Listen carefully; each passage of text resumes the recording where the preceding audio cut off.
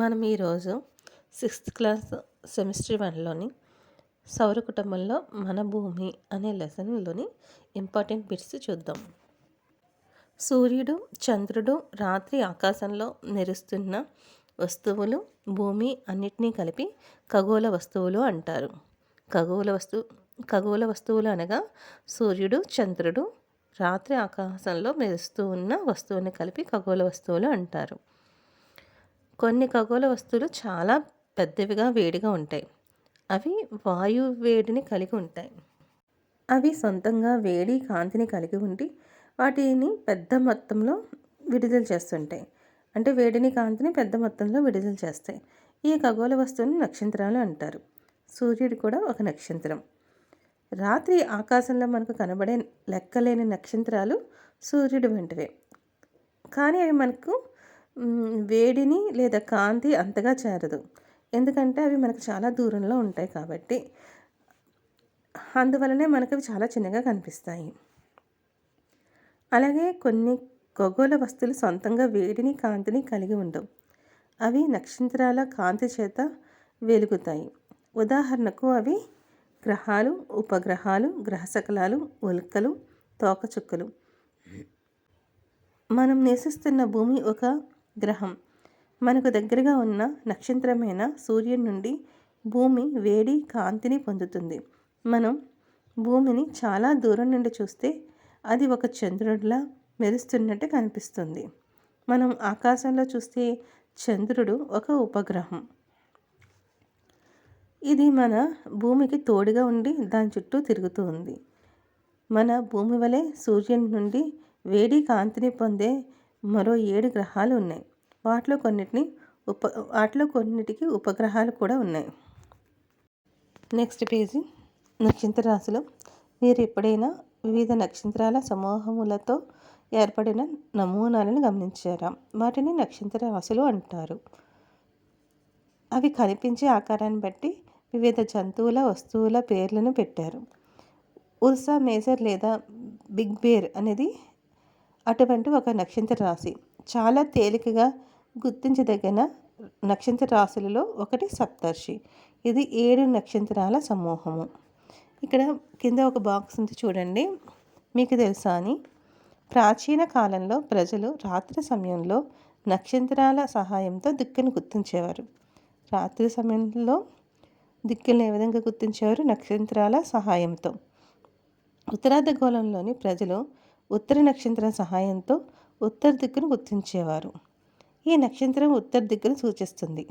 దీనిని ధ్రువ నక్షత్రం అని కూడా అంటారు. అంటే ఉత్తర నక్షత్రాన్నే ధ్రువ నక్షత్రం అని కూడా అంటారు.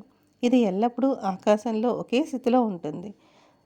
దీనిని సప్తర్షి నక్షత్ర రాశి ఉర్సా మేజర్ సహాయంతో ఈ ధ్రువ నక్షత్రాన్ని మనం గుర్తించవచ్చు.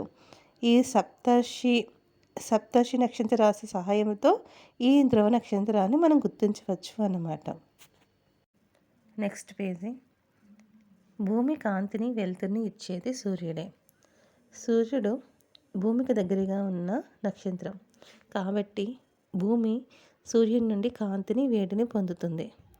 భూమి మాత్రమే కాదు, భూమితో పాటు 7 గ్రహాలు కూడా సూర్యుని చుట్టూ తిరుగుతాయి. సూర్యుడు 8 గ్రహాలు, ఉపగ్రహాలు, గ్రహశకలాలు, ఉల్కలు అని పడే కొన్ని ఖగోళ వస్తువులను సౌర వ్యవస్థను ఏర్పరుస్తాయి. సూర్యుడు యజమానిగా ఉన్న దీనిని మనం సౌర కుటుంబం అని పిలుస్తాం. ఈ సౌర కుటుంబంలో ఏమేమి ఉంటాయి? సూర్యుడు, 8 గ్రహాలు, ఉపగ్రహాలు, గ్రహశకలాలు, ఉల్కలు అని పిలువబడే కొన్ని ఖగోళ వస్తువులు సౌర వ్యవస్థను ఏర్పరుస్తాయి. దీనినే మనం సౌర కుటుంబం అని అంటారు.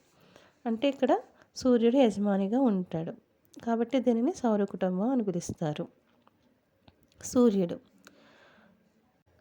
సూర్యుడు సౌర కుటుంబం మధ్యలో ఉన్నాడు.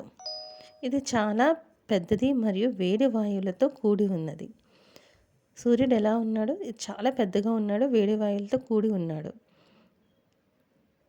ఇది సౌర కుటుంబాన్ని ఒక క్రమంలో బంధించి ఉంచగలిగే అయస్కాంత శక్తిని అందిస్తుందంట. అంటే సూర్యుడికి ఒక రకమైన అయస్కాంత శక్తి ఉంటుంది. సౌర కుటుంబంలోని ప్రతి సభ్యుడు సూర్యుని చుట్టూ తిరుగుతారు. అంటే గ్రహాలు, గ్రహ శకలాలు, ఉపగ్రహాలు, ఉల్కలు, తోకచుక్కలు మొదలైనవి కూడా సూర్యుని చుట్టూ తిరుగుతాయన్నమాట. సౌర కుటుంబానికి అవసరమైన వేడి, కాంతిని సూర్యుడు అందిస్తాడు. సూర్యుని ఉపరితలంపై దాదాపు 6000 డిగ్రీ సెల్సియస్ ఉష్ణోగ్రత ఉంటుంది. ఎంత ఉంటుంది? సూర్యుని ఉపరితలంపై 6000 డిగ్రీ సెల్సియస్ ఉష్ణోగ్రత ఉంటుంది. కానీ ఆ విపరీతమైన వేడి మనకు అంతగా అనిపించదు. ఎందుకంటే మనం సూర్యుడికి చాలా దూరంగా ఉంటాం కాబట్టి. భూమి నుండి సూర్యుడు సుమారు 15 కోట్ల కిలోమీటర్ల దూరంలో ఉన్నాడు. భూమి నుండి సూర్యుడు ఎంత దూరంలో ఉన్నాడు? 15 కోట్ల కిలోమీటర్ల దూరంలో ఉన్నాడు. సూర్యుడు ఎంత పెద్దది అంటే సూర్యునిలో మొత్తం 13 లక్షల భూములు ఇమిడిపోగలవు. ఎన్ని లక్షల భూములు ఇమిడిపోగలవు? 13 లక్షల భూములు ఇమిడిపోగలవంట. అలాగే ఇంకా నెక్స్ట్ పారాగ్రాఫ్ చూద్దాం. గ్రహాలు. మన సౌర కుటుంబంలో 8 గ్రహాలు ఉన్నాయి. మన సౌర కుటుంబంలో 8 గ్రహాలు ఉన్నాయి. సూర్యుడి నుండి వాటి దూరాన్ని బట్టి గ్రహాల క్రమం: బుధుడు, శుక్రుడు, భూమి, అంగారకుడు, బృహస్పతి అంటే గురుడు, శని, ఇంద్రుడు, వరుణుడు. మళ్ళీ చూద్దాం. బుధుడు, శుక్రుడు, భూమి, అంగారకుడు, బృహస్పతి, శని, ఇంద్రుడు, వరుణుడు. సౌర కుటుంబంలోని 8 గ్రహాలు సూర్యుని చుట్టూ స్థిర మార్గంలో తిరుగుతూ ఉంటాయి. ఈ గ్రహాలన్నీ కూడా సూర్యుని చుట్టూ ఒక స్థిర మార్గంలో తిరుగుతాయి. ఈ మార్గాలు పొడవుగా ఉంటాయి. ఈ మార్గాలు ఎలా ఉంటాయి? పొడవుగా ఉంటాయి. వాటిని ఏమంటారు? కక్షలు అంటారు. ఈ పొడవుగా ఉన్న మార్గాన్ని కక్షలు అంటారు. సూర్యుడికి దగ్గరగా ఉన్న 4 గ్రహాలను అంతర్గ్రహాలు అంటారు. సూర్యుడికి దగ్గరగా ఉన్న గ్రహాలను ఏమంటారు? అంతర్గ్రహాలు. అవి ఏమిటో చూద్దాం. బుధుడు, శుక్రుడు, భూమి, అంగారకుడు. వీటిని అంతర్గ్రహాలు అంటారు. ఫస్ట్ 4 అంతర్గ్రహాలు అంటారు. బుధుడు, శుక్రుడు, భూమి, అంగారకుడు. అలాగే అంతర్గ్రహాలు చిన్నవిగా ఉండి రాళ్లతో ఉంటాయి. అంతర్గ్రహాలు ఏ విధంగా ఉంటాయి? చిన్నవిగా ఉంటాయి, రాళ్లతో కూడి ఉంటాయి. చివరి 4 గ్రహాలను ఏమంటారు? బాహ్య గ్రహాలు అంటారు. మొదటి 4 గ్రహాలను అంతర్గ్రహాలు అంటారు. చివరి 4 గ్రహాలను బాహ్య గ్రహాలు అంటారు. బాహ్య గ్రహాలు అంటే ఏంటో చూద్దాం. అవి ఏమిటో చూద్దాం. బృహస్పతి, శని, ఇంద్రుడు, వరుణుడు. ఇవి బాహ్య గ్రహాలు. బాహ్య గ్రహాలు ఎలా ఉంటాయంటే ఇవి పెద్దవిగా ఉంటాయి మరియు వాయువులతో, ద్రవాలతో కూడి ఉంటాయి. ఈ వాయువులతో కూడి ఉంటాయి, ద్రవాలతో కూడి ఉంటాయి, పెద్దవిగా కూడా ఉంటాయి అన్నమాట. అలాగే అంతర్గ్రహాలు ఎలా ఉంటాయి? ఇవి చిన్నగా ఉంటాయి, రాళ్లతో ఉంటాయి. అంతర్గ్రహాలు చిన్నగా ఉండి రాళ్లతో ఉంటాయి. బాహ్య గ్రహాలు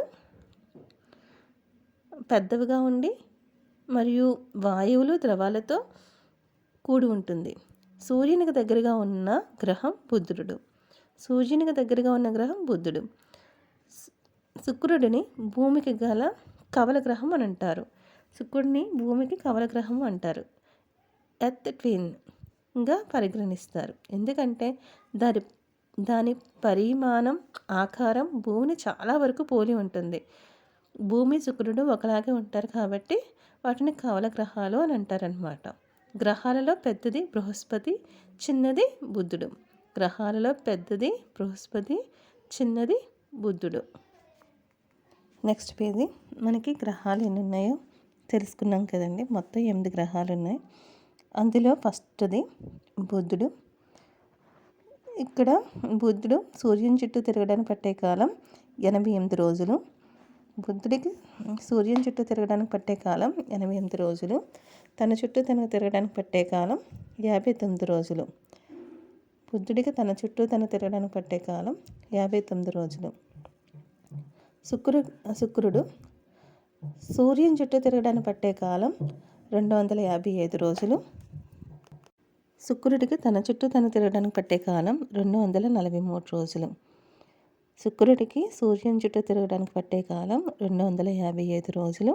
తన చుట్టూ తను తిరగడానికి పట్టే కాలం 243 రోజులు. భూమి సూర్యుని చుట్టూ తిరగడానికి పట్టే కాలం 365 రోజులు 365 1/4 రోజులు. తన చుట్టూ తనకు తిరగడానికి పట్టే కాలం 1 రోజు. ఉపగ్రహాల సంఖ్య 1. భూమి సూర్యుని చుట్టూ తిరగడానికి పట్టే కాలం 365 1/4 రోజులు. తన చుట్టూ తను తిరగడానికి పట్టే కాలం 1 రోజు. ఉపగ్రహాల సంఖ్య 1. అంగారకుడు నెక్స్ట్. సూర్యుని చుట్టూ తిరగడానికి పట్టే కాలం 687 రోజులు. తన చుట్టూ తను తిరగడానికి పట్టే కాలం 1 రోజు. ఉపగ్రహాల సంఖ్య 2 రోజులు. అంగారకుడు సూర్యుని చుట్టూ తిరగడానికి పట్టే కాలం 687 రోజులు. తన చుట్టూ తను తిరగడానికి పట్టే కాలం 1 రోజు. ఉపగ్రహాల సంఖ్య 2. ఇక్కడ తన చుట్టూ తను తిరగడానికి పట్టే కాలం 1. 1 రోజు ఉన్న గ్రహాలు 2. అవి ఏమిటంటే భూమి, అంగారకుడు. తన చుట్టూ తను తిరగడానికి 1 రోజు మాత్రం పడతాయి భూమికి, అంగారకుడికి. భూమికి ఉపగ్రహాల సంఖ్య 1, అంగారకుడికి ఉపగ్రహాల సంఖ్య 2. బుధుడికి, శుక్రుడికి ఉపగ్రహాల సంఖ్య లేవు ఇక్కడ. అంటే బుధుడికి, శుక్రుడికి ఉపగ్రహాలు లేవు. అలాగే బృహస్పతి సూర్యుని చుట్టూ తిరుగుడికి పట్టే కాలం 11 సంవత్సరాల 11 నెలలు, అంటే సుమారు 12 సంవత్సరాలు. బృహస్పతికి తన చుట్టూ తను తిరగడానికి పట్టే కాలం 9 గంటల 56 నిమిషాలు. ఉపగ్రహాల సంఖ్య 79. బృహస్పతికి సూర్యుని చుట్టూ తిరగడానికి పట్టే కాలం 11 సంవత్సరాల 11 నెలలు, అంటే దాదాపుగా 12 సంవత్సరాలు. అలాగే బృహస్పతికి తన చుట్టూ తను తిరగడానికి పట్టే కాలం 9 గంటల 56 నిమిషాలు. ఇక్కడ బృహస్పతికి ఉపగ్రహాల సంఖ్య 79. శని సూర్యుని చుట్టూ తిరుగుడుకు పట్టే కాలం 29 సంవత్సరాలు. శని తన చుట్టూ తను తిరగడానికి పట్టే కాలం 10 గంటల 40 నిమిషాలు. ఉపగ్రహాల సంఖ్య 82. ధృవీకరించబడినవి 53, గుర్తించబడినవి 29. శనికి ఉపగ్రహాల సంఖ్య మొత్తం 82 అండి. అన్నిటికన్నా ఉపగ్రహాల సంఖ్య ఎక్కువగా ఉన్నది శనికి. తర్వాత ఉపగ్రహాల సంఖ్య ఎక్కువగా ఉన్నది బృహస్పతికి. అంటే ఫస్ట్ శని, తర్వాత బృహస్పతి.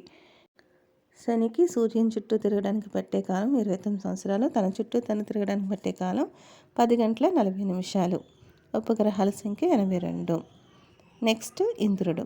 సూర్యుని చుట్టూ తిరగడానికి పట్టే కాలం 84 సంవత్సరాలు. తన చుట్టూ తను తిరగడానికి ఇంద్రుడికి 17 గంటల 14 నిమిషాలు పడుతుంది. ఇంద్రుడికి ఉపగ్రహాల సంఖ్య 27. ఇంద్రుడికి సూర్యుని చుట్టూ తిరగడానికి పట్టే కాలం 24 సంవత్సరాలు. ఇంద్రుడికి తన చుట్టూ తను తిరగడానికి పట్టే కాలం 17 గంటల 14 నిమిషాలు. ఉపగ్రహాల సంఖ్య 27. వరుణుడు సూర్యుని చుట్టూ తిరగడానికి పట్టే కాలం 164 సంవత్సరాలు. వరుణుడు తన చుట్టూ తను తిరగడానికి పట్టే కాలం 16 గంటల 7 నిమిషాలు. వరుణుడికి ఉపగ్రహాల సంఖ్య 14. వరుణుడు సూర్యుని చుట్టూ తిరగడానికి పట్టే కాలం 164 సంవత్సరాలు. వరుణుడికి తన చుట్టూ తను తిరగడానికి పట్టే కాలం 16 గంటల 7 నిమిషాలు. వరుణుడికి ఉపగ్రహాల సంఖ్య 14. అన్నిటికన్నా ఉపగ్రహాల సంఖ్య ఎక్కువ ఉన్నది ఏంటంటే శని. Next page. 2006వ సంవత్సరం వరకు మన సౌర కుటుంబంలో 9 గ్రహాలు ఉండేవి. కానీ ప్రస్తుతం 8 గ్రహాలు మాత్రమే ఉన్నాయి. 2006 వరకు కూడా 9 గ్రహాలు ఉన్నాయి. ప్రస్తుతం 8 గ్రహాలు మాత్రమే ఉన్నాయి. నెక్స్ట్ వీడియోలో భూమి గురించి తర్వాత లెసన్ కంప్లీట్ చేసుకుందాం. Thanks for watching.